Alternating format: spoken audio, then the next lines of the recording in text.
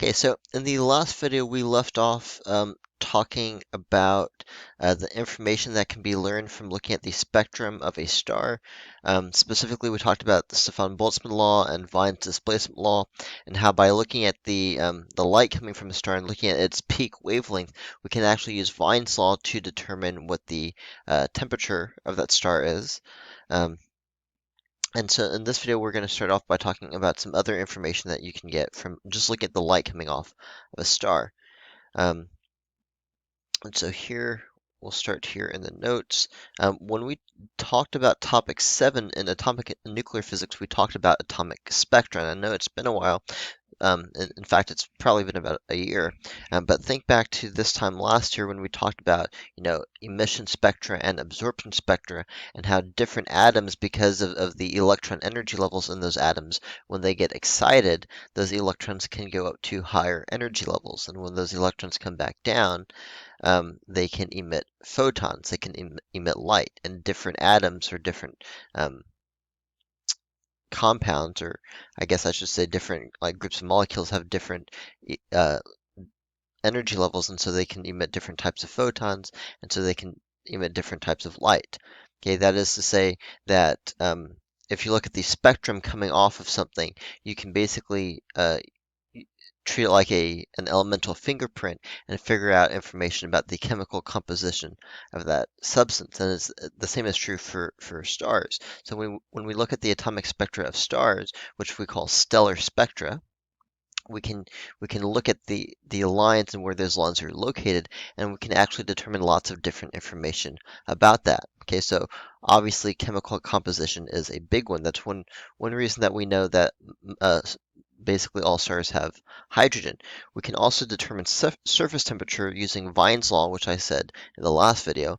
In fact, we can actually determine the velocity of a star, both its how fast it's spinning and how fast it's moving relative towards us or away from us, using what's called redshift or blue shift.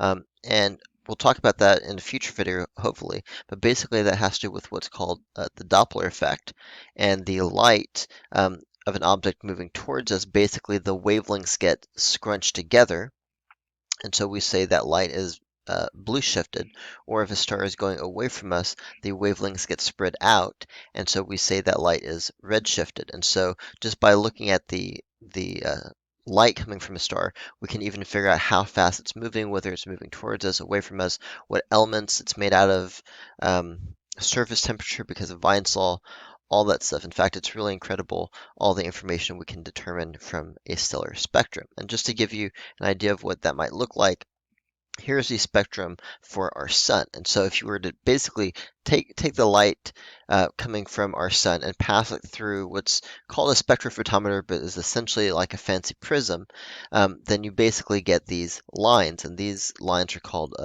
absorption lines. And so you can see the black lines represent photons that are missing from the spectrum, and the ones that are missing, remember, each element has a unique set of lines, and so you can look at a set of lines and determine all the different information that we just talked about. Okay, and if you look at different stars, you'll notice they all kind of have similar lines, but you can see there's different classifications of stars: A, B, F, G, K, M, O. You don't need to know the different classifications, but notice that different types of stars have different set of lines, and some have more like reddish parts and some have more bluish parts. In the last video, we talked about how one reason for that is because hotter stars tend to be more blue because their blackbody curve is shifted so that the peak wavelength is towards the blue part of the spectrum, and colder stars tend to be more red because their blackbody curve, the peak wavelength is shifted towards the red part of the spectrum. So we talked about that in the last video. And again, you don't need to know all the different classifications of stars, but this chart is basically just to show you that there are in fact different classes of stars, starting, or with the hottest ones being bluish in color, having temperatures in the tens of thousands of Kelvin, all the way down to what I called in the last video, I guess, brown dwarfs, which are basically failed stars, which are stars that if they had maybe been a little bit hotter, they could have started fusion reactions, but they didn't, so they're not really stars in the traditional sense, and then everything in between it. So our sun is probably somewhere in the yellowish range, yellow to white range ish, somewhere in there. All right, so we have already uh, talked a little bit about chemical composition, but just to kind of add some more information to your notes, as we've seen, spectra is the plural of spectrum, by the way, can be analyzed to determine the chemical composition of a substance due to the fact that each individual element has a unique atomic spectrum. Okay, so it's like an elemental fingerprint. And so um, we know what the hydrogen spectra looks like on Earth.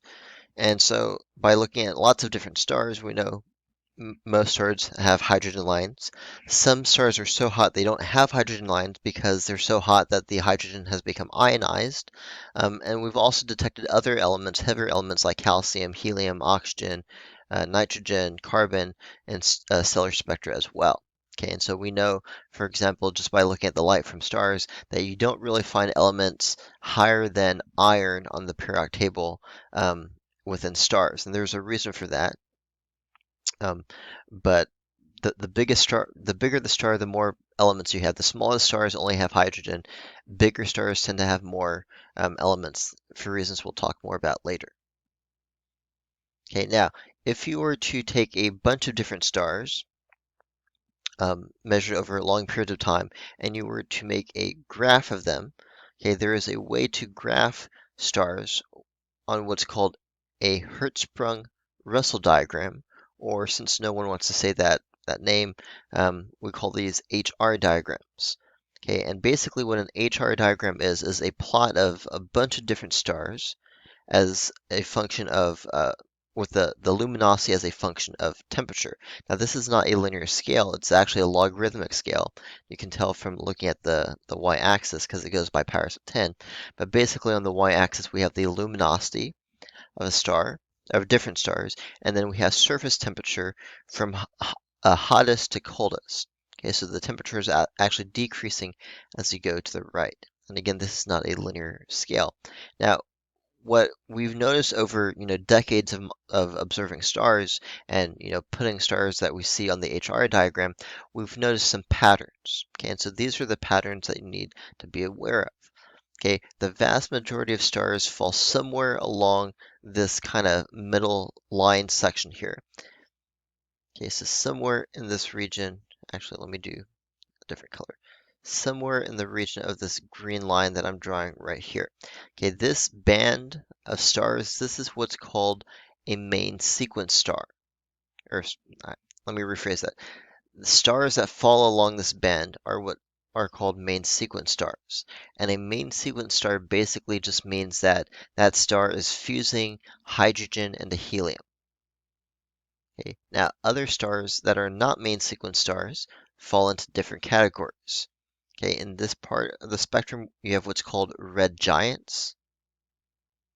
Okay, if you have really, really big giants, instead of calling them giants, you call them supergiants. And then in the bottom left hand over here, you have what's called white dwarfs. Now, it's important to understand that a star's position is not fixed on the HR diagram. And so, for example, over a period of time, you can have a star, let's say, start off as a main sequence star, and then over time grow into a giant, and then eventually end up as a white dwarf. Now, why that happens is something we'll talk about a little later when we talk about stellar evolution. Okay, but a given star's position on the HR diagram is not fixed. Okay, notice, by the way, that the most luminous stars in the universe are the ones that are the biggest and the hottest in the top left part of the HR diagram. Okay, so those are the, let's see, 4 different regions you need to know about the HR diagram. And of course, you need to know that a star's path on the HR diagram or position on the HR diagram is not fixed and that it can change over time. And we'll talk more about why it would change or how it changes later on. Okay, so pause there if you need to add that to your notes.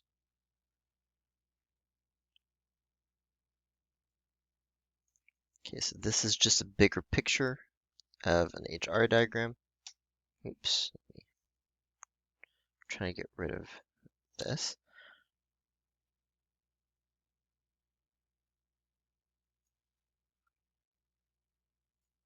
Okay, this slide of notes is basically just talking about what we just talked about, how, stars are not randomly distributed on the HR diagram. If you make measurements of, hundreds or thousands of different stars and you plot them, they reveal this pattern that we talked about. And we talked about main sequence stars, we talked about red giants, and we talked about white dwarfs. Okay, white dwarfs, notice that the temperature is relatively high, but they have a really low luminosity. And this is because a white dwarf is a very small type of star. Okay, in fact, a white dwarf is probably like the size of the Earth. Okay, and so even though they're pretty hot, they have a relatively low luminosity because they're so small. Now, one more thing that's kind of important to point out is that the way the HR diagram is typically drawn is that the scale on the y-axis is relative to our sun. Okay, so in other words, where it says luminosity and it says the luminosity of 1, that doesn't mean the luminosity is actually 1, right? Luminosity is, remember, is the number of joules per second that a star puts out as energy. Okay, that just means it's 1, the luminosity is 1 compared to our sun. Okay, so in other words, our sun is right here. And so if you're below this line, you would be less luminous than our sun. And if you're above this line, you would be more luminous than our sun. And you can actually see our sun is very average, in fact, maybe even below average in terms of luminosity and size and temperature. All right, so moving on.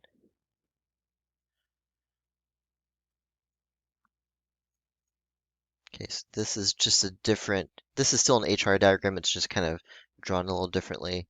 Um, this is a lower quality HR diagram, but same basic principle.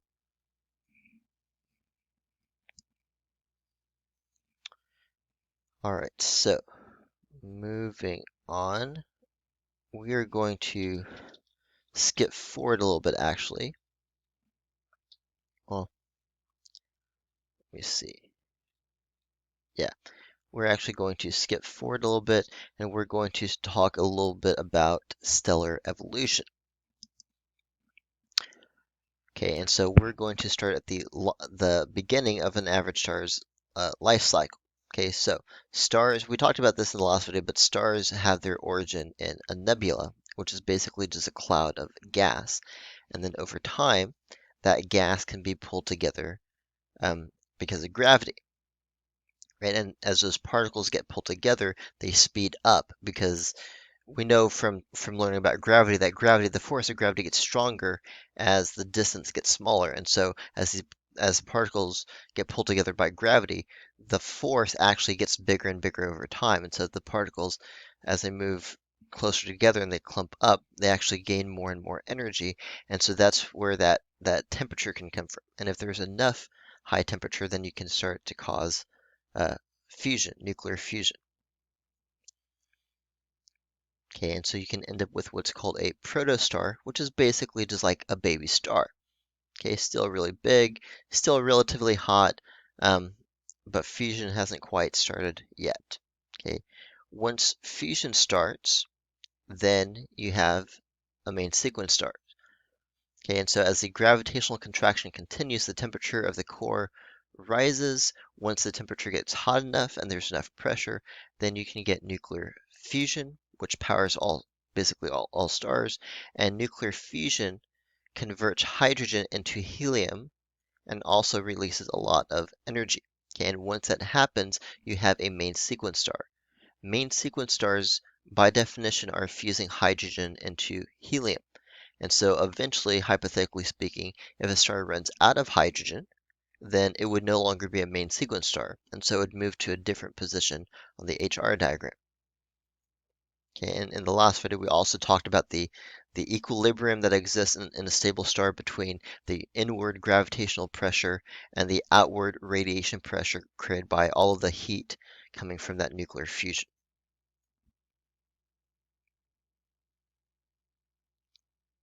Okay, and thus a star is born and it pops onto the main sequence. Yay, exciting. Okay, now where a star lands on the main sequence kind of depends on how much mass it has. Okay, but basically the more mass the protostar starts with, the hotter it's going to be when it actually forms like an actual star on the main sequence, right? Because if there's more mass, that means there's higher temperatures, and so it's going to end up higher on the main sequence. Okay, so the greater the initial mass of that big old cloud of, gas and dust, the higher it's going to end up on the main sequence. Now, what happens though is if it lands high on the main sequence, that means it's really, really hot. That means it's fusing, or fusing, it's undergoing nuclear fusion at a much higher rate. And so actually, stars that are like really hot and big and blue, they're really hot, but they're also creating that energy at a much higher rate, which means that they don't last as long. And so it's kind of hard to see these numbers on a computer screen. But one of these blue giants, for example, might have a lifetime of only, say, 10 million years, whereas our sun is, a couple billion years, and a red dwarf, a much smaller star, could be alive for potentially, hundreds of billions of years before it dies. And so I've heard blue giants kind of described as like the rock stars of the galaxy or of the universe, how they like they live hard and die young, um, is how the saying goes. Okay, so let's see. Talked about that. More massive stars take less time to reach the main sequence. Now there are some limits on what is necessary for a star to form. So let's say you have like a cloud of dust and it's it forms a protostar.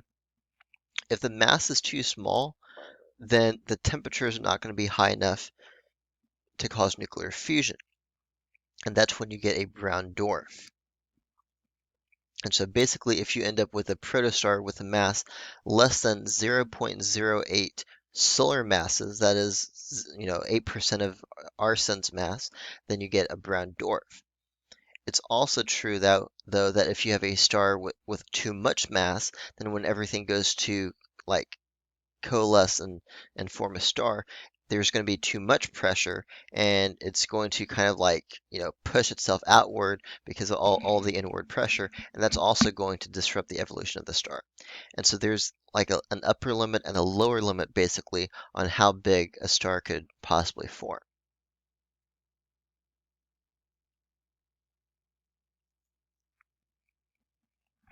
Okay, now I'm going to stop the video here in just a second because I don't want to get uh, all the way through stellar evolution because it gets kind of complicated at the end of a star's lifetime as a main sequence star. So stars, end up on the main sequence when they start fusing hydrogen into helium. Most of a star's lifetime is going to take place on the main sequence. Our sun is a main sequence star. It's been a main sequence star for billions of years. It's going to be a main sequence star for another couple billion years. Okay, once the hydrogen in a star is used up, then it's going to transition off of the main sequence and it's going to end up in one of those other regions. Okay, now how long that takes again depends on the initial mass of the star. Our sun in particular is going to last for another couple billion years, and then it's going to end up using up all of its hydrogen, and then other stuff is going to start to happen. Okay, and so what happens when a star finishes using its hydrogen up depends on some different factors, primarily how much mass does the star have. Okay, but there's different possibilities and there's different outcomes for what could happen to a star um, after it's done being a main sequence star. Okay, so what happens to our sun might be different than what could happen to, um, Centauri that's like a blue supergiant, and that could be different than what might happen to Wolf 359, which is a red dwarf down here. Okay, and so I don't want to get into that right now because it can get kind of involved, and I want to talk about that in the next video. Okay, so basically what we've talked about so far as stellar evolution is, how are stars born, how do they end up on the main sequence, what is life like on the main sequence? The interesting thing, in my opinion, as far as stellar evolution goes, is what happens when a star is done being a main sequence star. It's done with the majority of its lifetime. What happens next? Okay, because that's where things can get kind of interesting and weird. Okay, so we will talk about that in the next video. We will learn what's going to happen to our sun when it's, nearing the end of its lifetime, compared to what could happen to bigger stars that could be more interesting maybe. And anyway, we will continue talking about that in the next video. As always, please let me know if you have any questions, and I'll see you guys in the next video.